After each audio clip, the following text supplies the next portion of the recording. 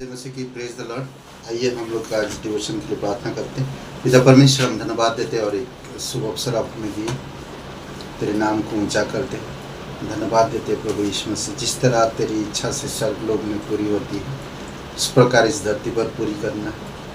दिन प्रतिदिन पिता, इस दुनिया की वातावरण बदल रहा, लोगों के अंदर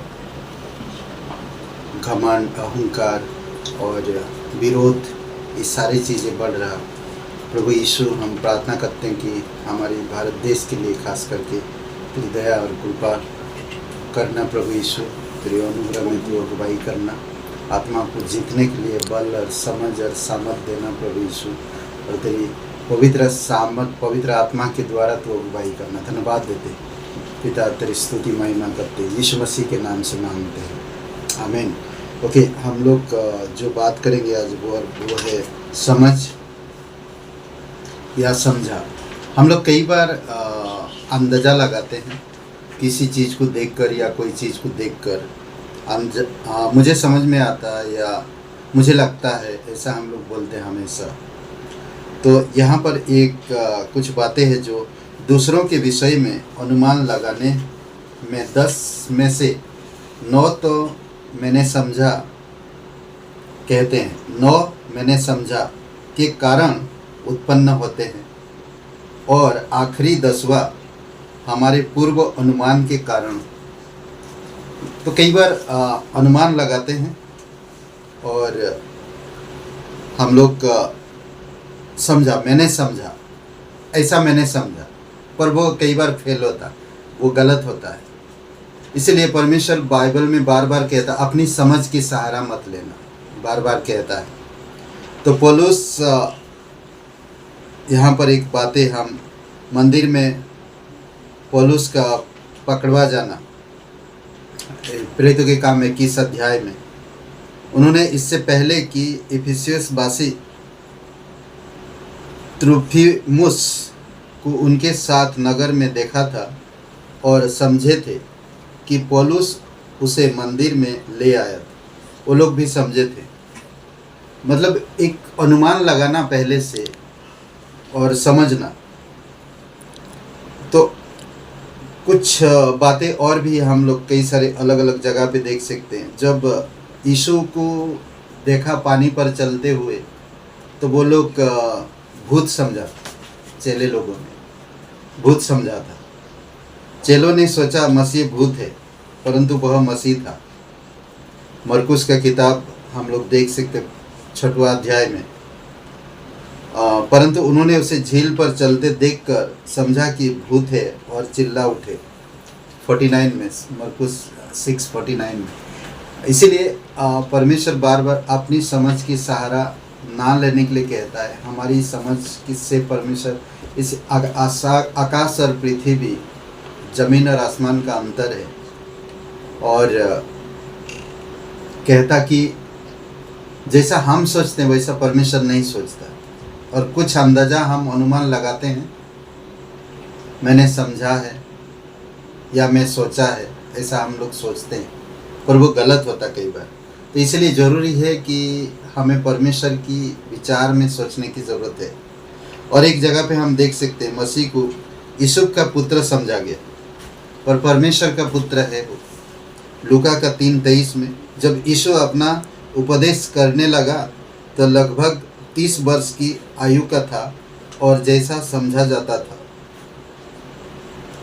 और यीशु का पुत्र समझा जाता था उसे। तो किस तरह से वो परमेश्वर के कार्यों को करता, परमेश्वर का बेटा किस तरह कहलाता है, परमेश्वर खुद कहता है ये मेरा प्रिय बेटा है। तो हम अनुमान नहीं लगा सकते कि वो किसका बेटा है, हमारी अनुमान से कुछ होने वाला नहीं। मसीह के माता पिता ने सोचा वह उनके साथ है। लूका का 2 अध्याय वचन 44 में। तो बात में देखते हैं कि उनके साथ है नहीं। हो सकता है अपने कुटुंब के साथ, अपने प्रियजनों के साथ होएगा, पर उनके साथ था नहीं। बालक मंदिर में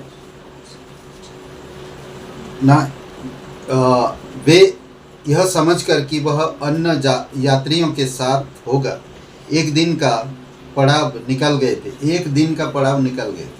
मतलब एक दिन तक वो लोग यात्रा किए नासरत जाने के लिए यरूशलेम से, और उसे अपने कुटुंबियों को जान पहचान वालों में ढूंढने लगे। तो कोई नहीं, किसी के साथ नहीं था। वो लोग समझा था कि किसी के साथ तो है, तो उनका अनुमान गलत था। यीशु गया ही नहीं था। यूहन्ना 20:15 में हम देख सकते हैं, मारियम ने सोचा मसीह माली है। जब उसके साथ बातें किया, पुनरुत्थान के बाद जब मुलाकात की, यीशु ने उससे कहा, हे नारी, तू क्यों रोती है, किसको ढूंढती है? उसने माली समझकर उससे कहा, हे महाराज, यदि तूने उसे उठा लिया है तो मुझे बता दे कि उसे कहाँ रखा है, और मैं उसे ले जाऊंगी। माली समझा।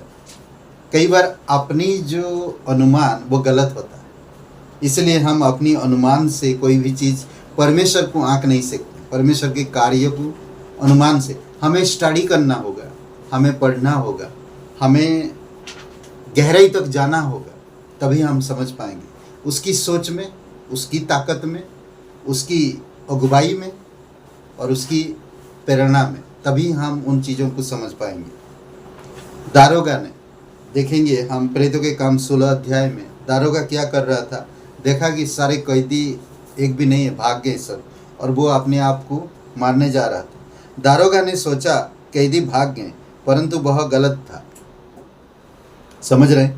दारोगा जाग उठा और बंदीगृह के द्वार खुले देखकर समझा कि कैदी भाग गए, अतः उसने तलवार खींचकर अपने आप को मार डालना चाहा।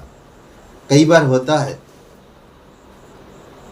अब तो यीशु मसीह नहीं रहा, क्रूस पर मर गया, चलो हम वापस अपनी दुनिया में चले, अपनी सोच। पर हमें परमेश्वर की सोच में, परमेश्वर की इच्छा में, परमेश्वर की वचन में, परमेश्वर की आत्मा में हमें बढ़ने की ज़रूरत है। परमेश्वर सच्चा है, इसलिए यशायाह का किताब कहता कि उसकी विचार हमारे विचार में अंतर है।